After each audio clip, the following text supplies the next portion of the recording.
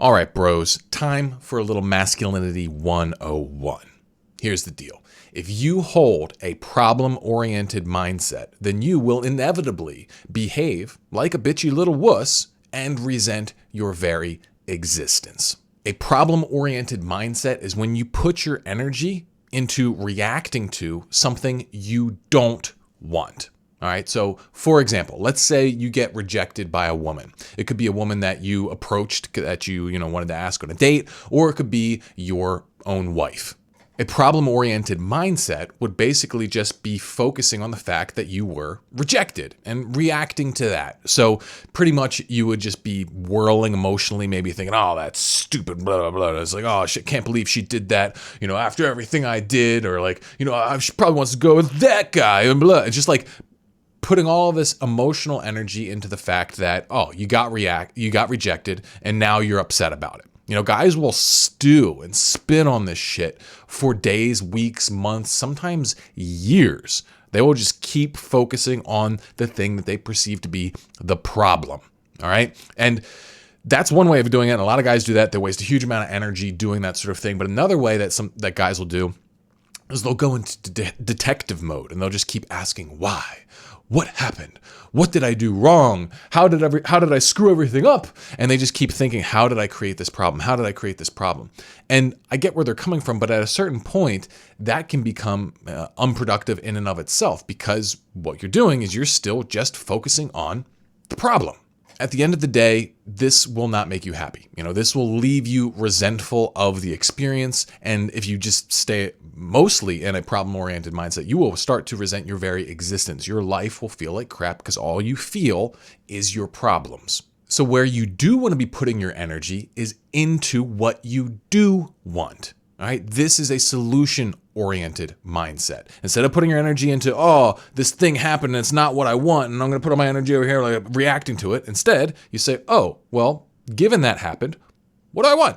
And I'm going to put my energy there, right? So given the situation we were just talking about, say, a woman rejects you, okay? You can do a solution-oriented mindset would probably be focusing on one or both of the following. The first thing would be, all right, well, how do I feel okay about this? How do I get to myself to the point where I'm all right. I'm not upset about it anymore, right?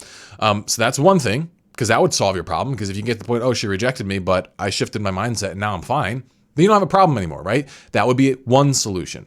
Another solution would be to ask yourself, well, how can I fix this? How can I get her to, change her mind, right? Or maybe next time I do something like, maybe next girl I ask out, the way that I do it, how can I increase my chances of success? All right. And probably the best approach would be to combine both of them, because together that'd be, a pretty strong 1-2 punch of like, hey, I feel good now. And also I can do better next time. I can avoid the rejection. Right. And so that's pretty simple, right? It's just, you just put your energy, away from, all right, yeah, this thing sucked, over to, hey, this is how we can make things better. Now, in almost a decade of being a professional coach, the reason why people do not jump from the problem-oriented mindset to the solution-oriented one, it's really simple. It's just that they do not ask themselves the magic question. And so this is what people basically pay me to ask them constantly, which is, well, given that happened, what do you want to have happen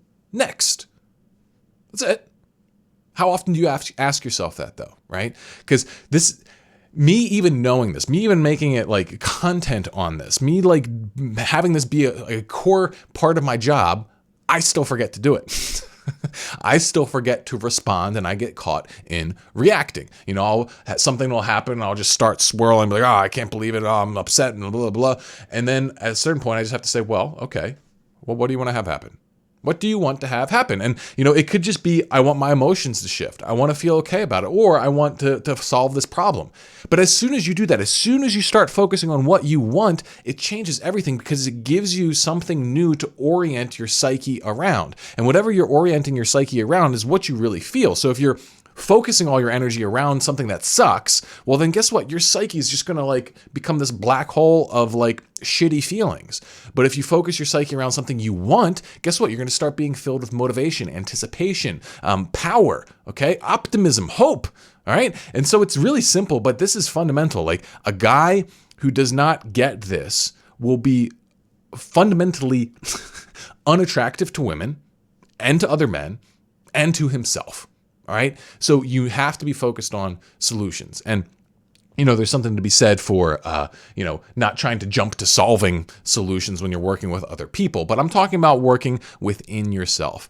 Men, we are problem solvers, and so we got to get to work doing it. And as long as you're doing that, then you are going to be relatively centered in your masculinity. And even if you're having trouble coming up with a solution, well, you're going to be on the right track. Now, if you happen to realize, hey, this is a big problem for me, and you want to start operating in a solution-oriented mindset, well, I can't think of anything better for you to do than to sign up for the Self-Mastery Club, because that is a whole big toolbox of solutions for all of your self-mastery needs. So if you're interested in that, make sure you check out the link in the description.